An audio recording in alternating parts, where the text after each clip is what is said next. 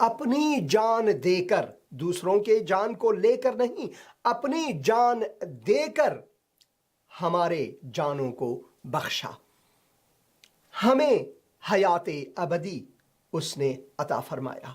یہ ہے ہمارا وفادار خدا۔ اسی وجہ سے آج کے پروگرام کا موضوع ہے میرا خدا وفادار ہے۔ میں انٹرنیٹ پر ایک مولوی صاحب کو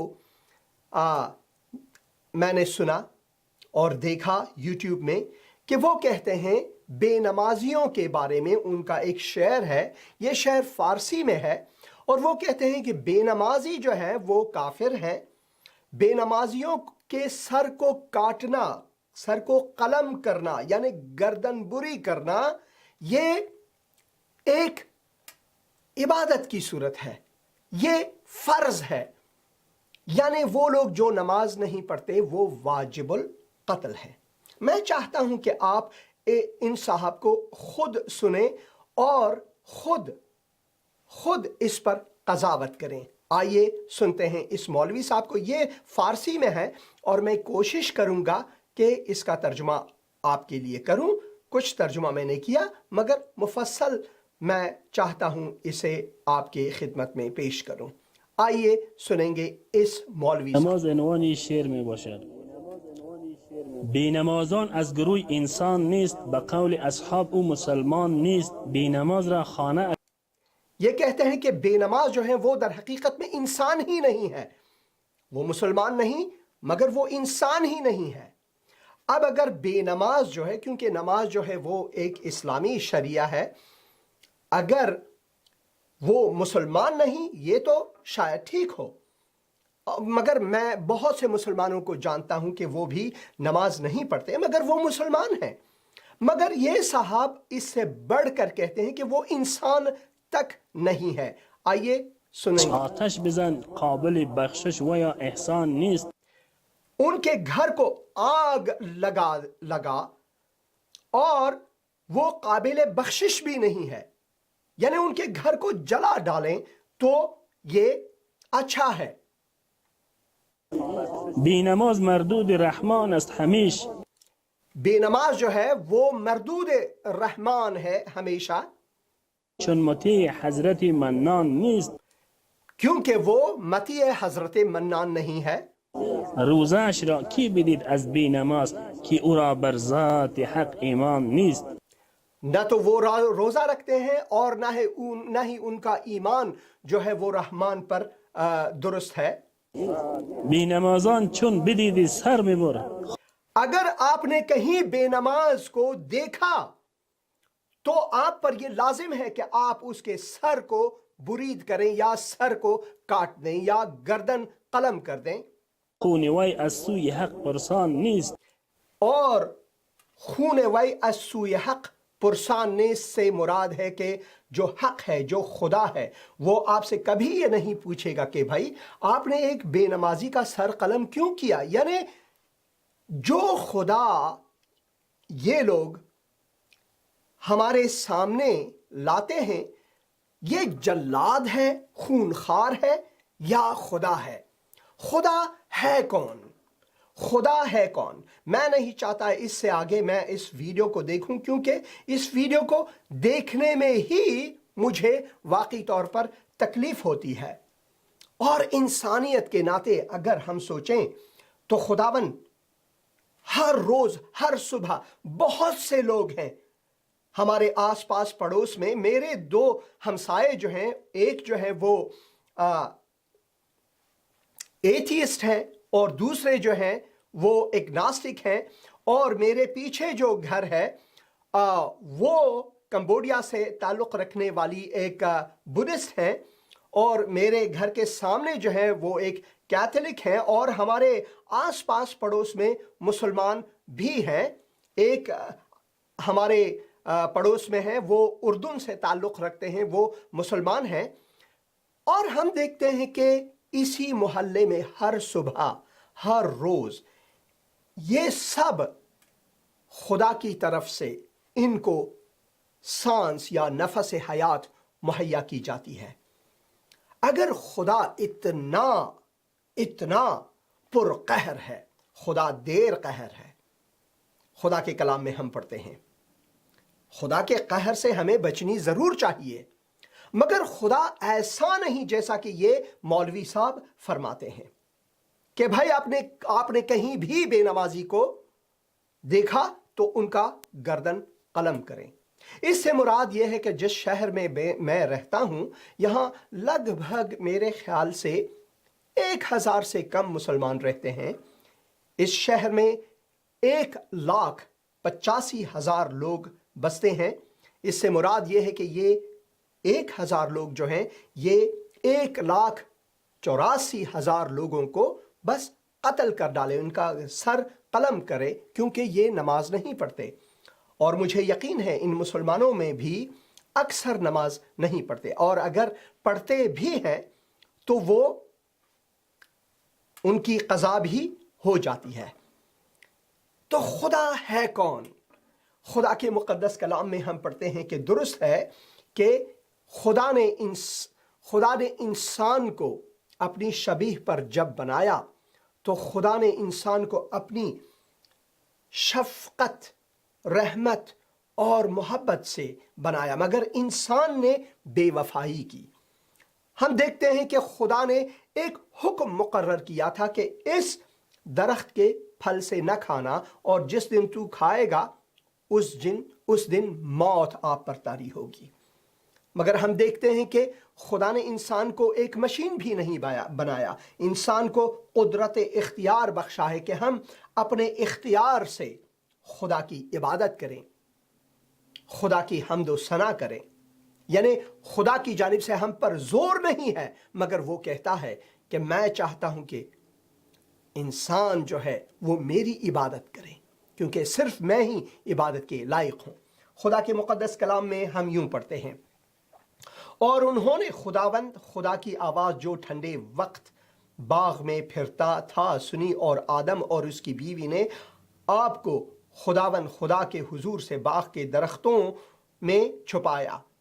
تب خداوند نے آدم کو پکارا اور اس سے کہا کہ تو کہاں ہے؟ اس نے کہا میں نے باغ میں تیری آواز سنی اور میں ڈرا، کیونکہ میں ننگا تھا اور میں نے اپنے آپ کو چھپایا۔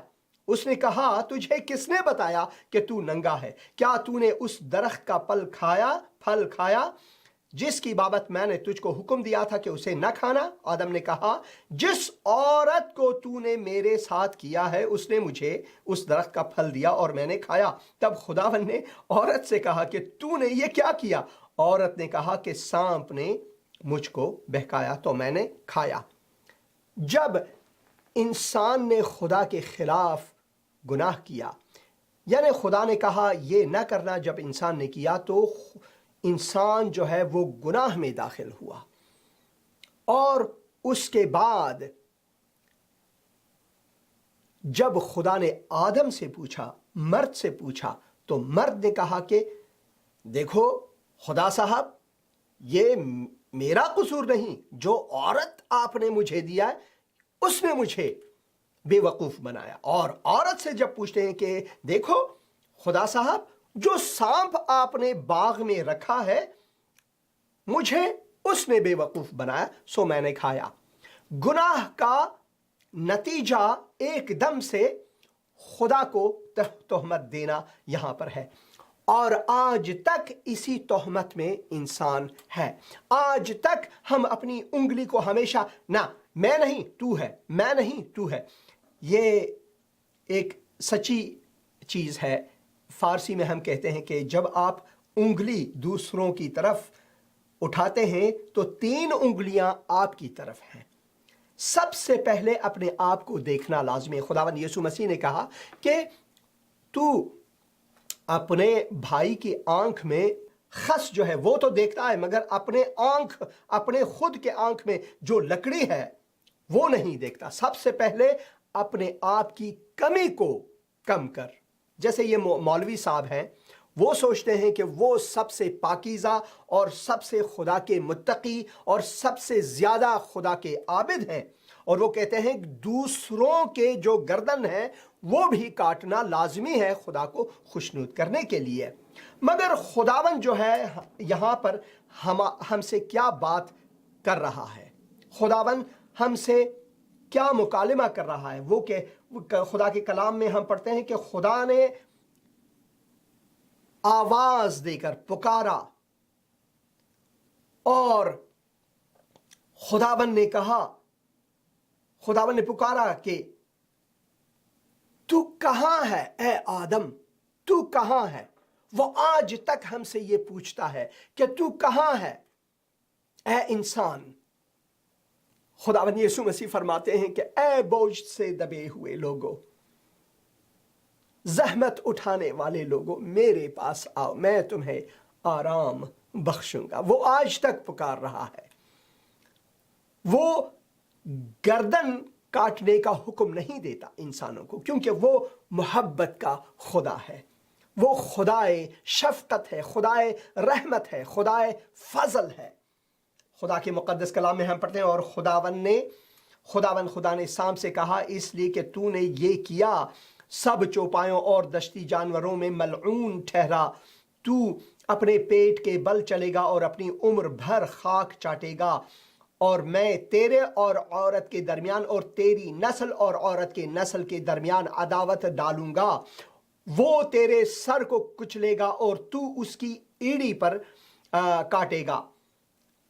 پھر اس نے عورت سے کہا کہ میں تیرے درد حمل کو بہت بڑھاؤں گا، تو درد کے ساتھ بچے جنے گی اور تیری رغبت اپنے شوہر کی طرف ہوگی اور وہ تجھ پر حکومت کرے گا۔ خداوند نے ترنت، فوراً، جب انسان گناہ میں داخل ہوا، جب انسان نے خداوند کی نافرمانی کی، فوراً خداوند نے ایک نجات گر، ایک نجات دہندے کا وعدہ یہاں پر ہمیں دیا۔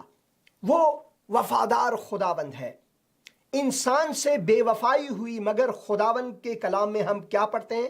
خداوند کے کلام میں ہم پڑھتے ہیں کہ فوراً خداوند نے یہ نبوت ہمارے سامنے رکھا، اور میں تیرے اور عورت کے درمیان اور تیری نسل اور عورت کی نسل کے درمیان عداوت ڈالوں گا، وہ تیرے سر کو کچلے گا اور تو اس کی ایڑی پر کاٹے گا۔ یہ ہم نے صلیب پر دیکھا کہ خداوند کا جو نبوت ہے، خداوند کی جو وفاداری ہے کہ انسان کو بچائے، انسان کو نجات دے، وہ صلیب پر پورا ہوا۔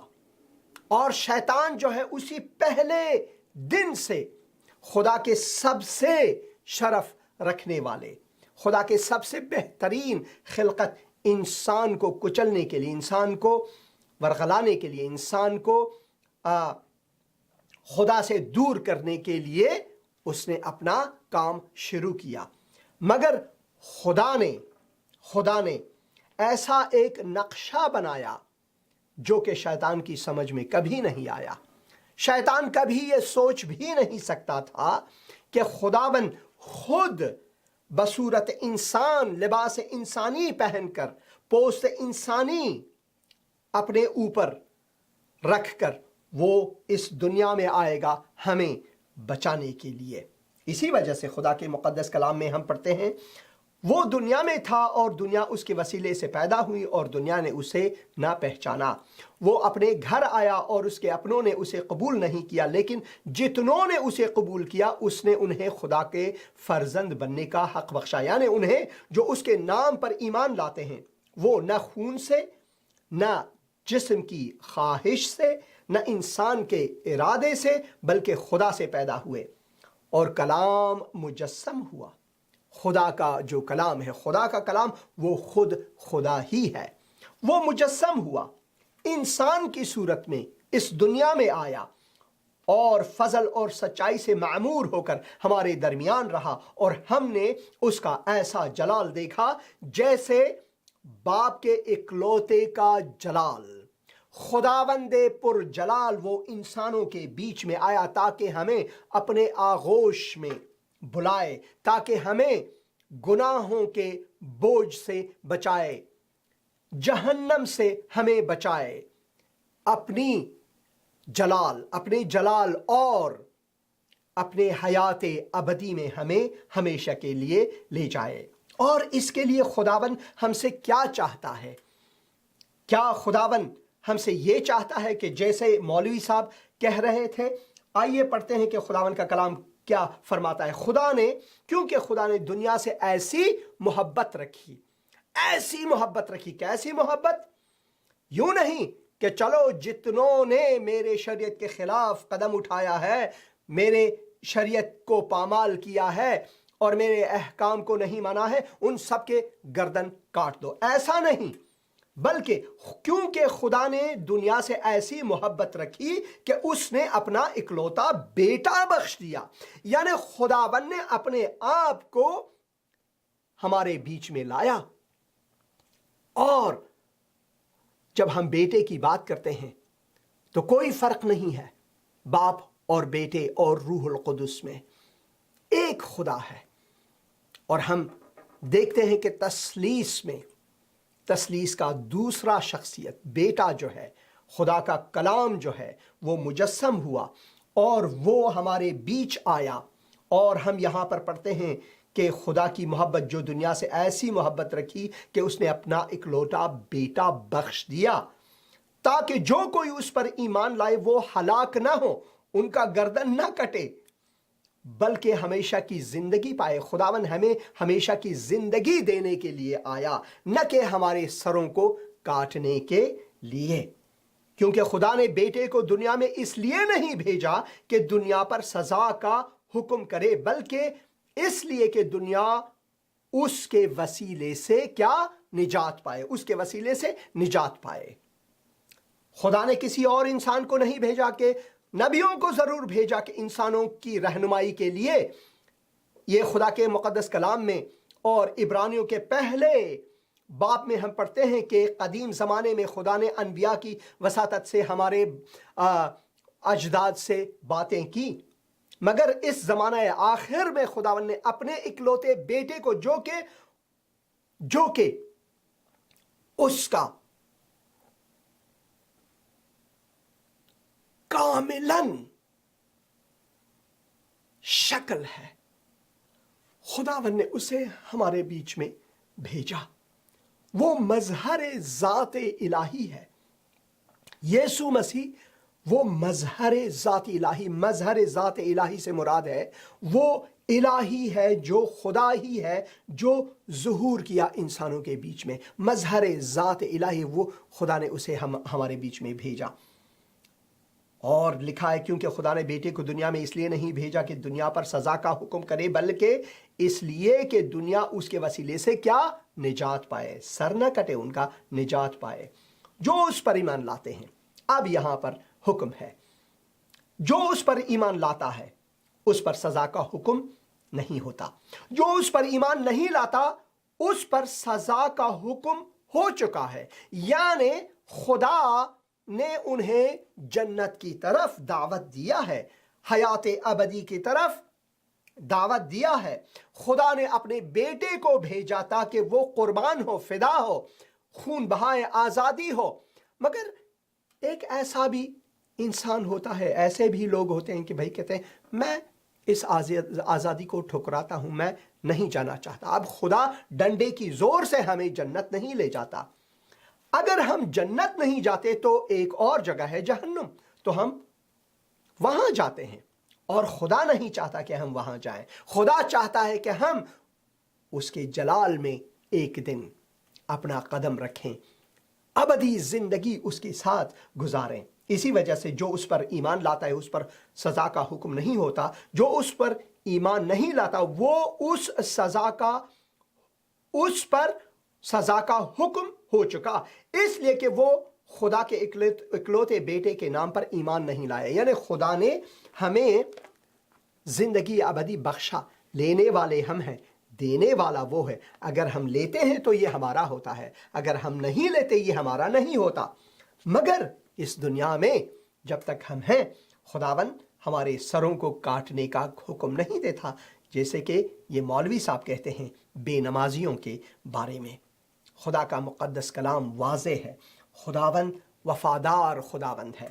خدا کے کلام نوحہ 3 باب اور 22 سے 26 آیات میں ہم پر یہ میرا بہت ہی چہتیا جگہ ہے خداوند کے کلام میں۔ یہ خداون کی شفقت ہے کہ ہم فنا نہیں ہوئے، کیونکہ اس کی رحمت لازوال ہے، وہ ہر صبح تازہ ہے، تیری وفاداری عظیم ہے اے خدا۔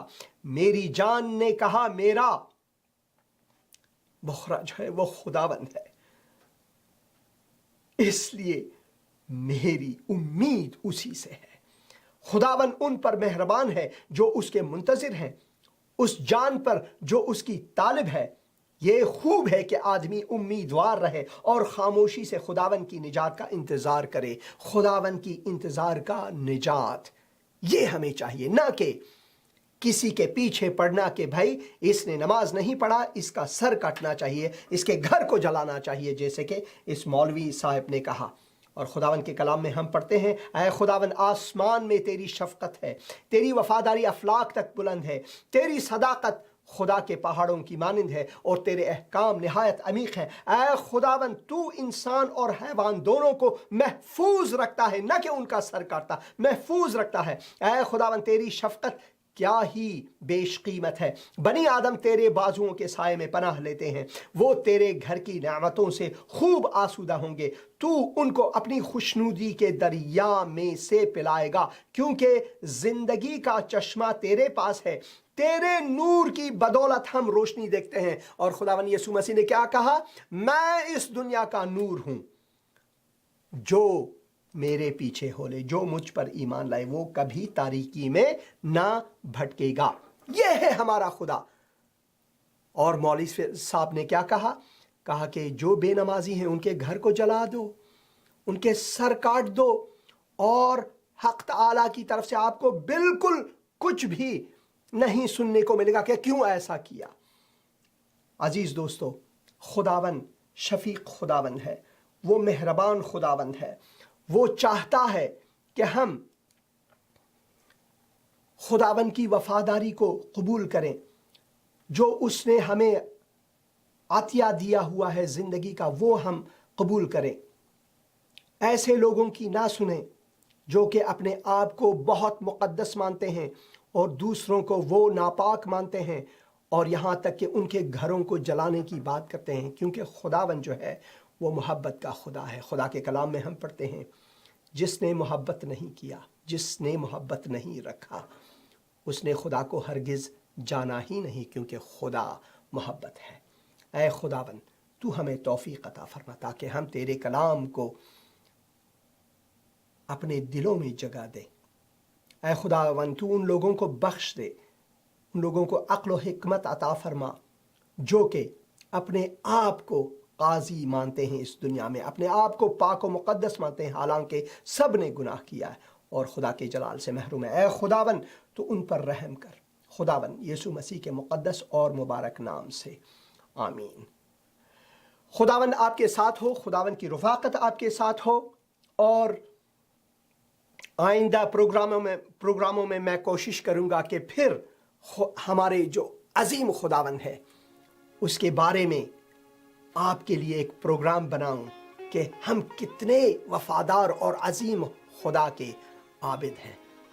خداون کا فضل آپ کے ساتھ ہو، خداون یسوع مسیح کے مقدس نام سے، آمین۔